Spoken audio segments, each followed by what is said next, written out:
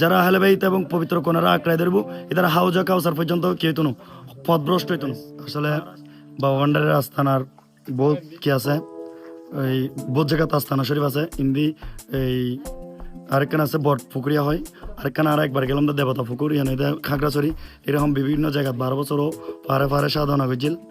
তো এই বিভিন্ন জায়গা এই জন্য খাগড়াছড়ি পাইছে অবশ্য রওজানোর শেষ রওজান ফেলে এরা ওনারা দেখতে লিখুন। এবং আসলে বোধকে আস্তানা শরীফ আর মাজার লয়ের বোধ ধরনের বাজে মন্তব্য করে।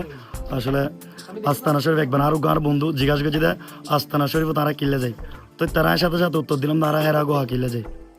কারণ মাজার রসুল পাক সাল্লাল্লাহু আলাইহি সাল্লামের মাজার আছে এবং সাহাবায়ে কেরাম প্রত্যেকজনের মাজার আছে।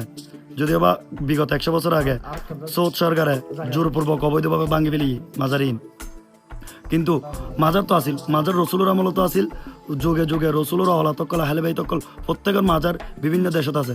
এবং এই যে সাধনা স্থল রসুল সাল্লাল্লাহু আলাইহি সাল্লাম হেরা গুহা জেরে 14-15 বছর সাধনা করছি, কিন্তু বর্তমানে এই হেরা গুহা হলে আর কে হতানো হয়। হেরা গুহা রসুল সাল্লাল্লাহু আলাইহি সাল্লামে কি হাজ গেছিল, কিলে হেরা গুহা আসিল আর কোনো আলোচনা নাই। আর শুধু নামাজ রোজা হজ জাকাত এই ভিতরে আর সীমাবদ্ধ রাখি দিত স্যার। কিন্তু হেরা গুহার মূল শিক্ষা কি আছিল? নিজের আত্মশুদ্ধি, নিজের নফসের পরিশুদ্ধকরণ, এই শিক্ষায় আরাতুন তুলে ফেলে তো স্যার উগ্র সম্প্রদায় উগ্র মতাদর্শ। কিন্তু ফাইতনও না পারে যোগে যোগে আহলে বাইতের অনুসারী অকলরে নির্মমভাবে হত্যা করছি, এখনও নির্যাতন নিপীড়ন চলে, কিন্তু তারপরেও 70 দিন মুসিবালাই না পারে ফাইতনও।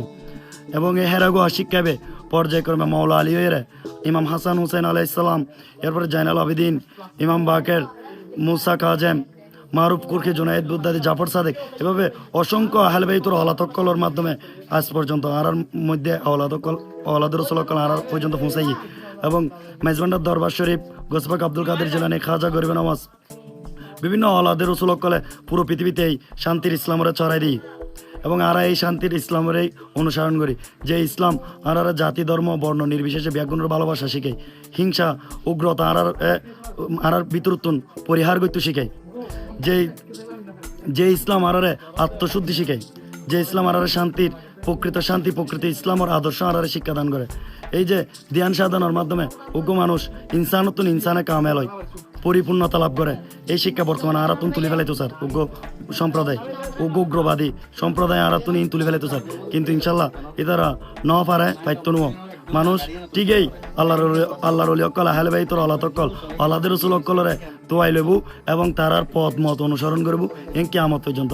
কারণ রসুল সাল্লাল্লাহু আলাইহি সাল্লাম হয়ে গিয়ে দুজন বাড়ি জিনিস রাখি যায়, একখানে পবিত্র কোরআন আর কানে আর হালাল বাইত। যারা আহলে বাইত এবং পবিত্র কোনারা আঁকড়াই ধরবো এদের হাউজা কাউসার পর্যন্ত কি হইতো না, পথভ্রষ্ট হইতো না।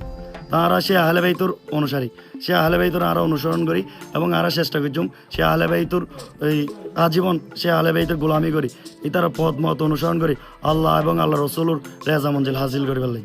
আসসালামু আলাইকুম রহমতুল্লাহ।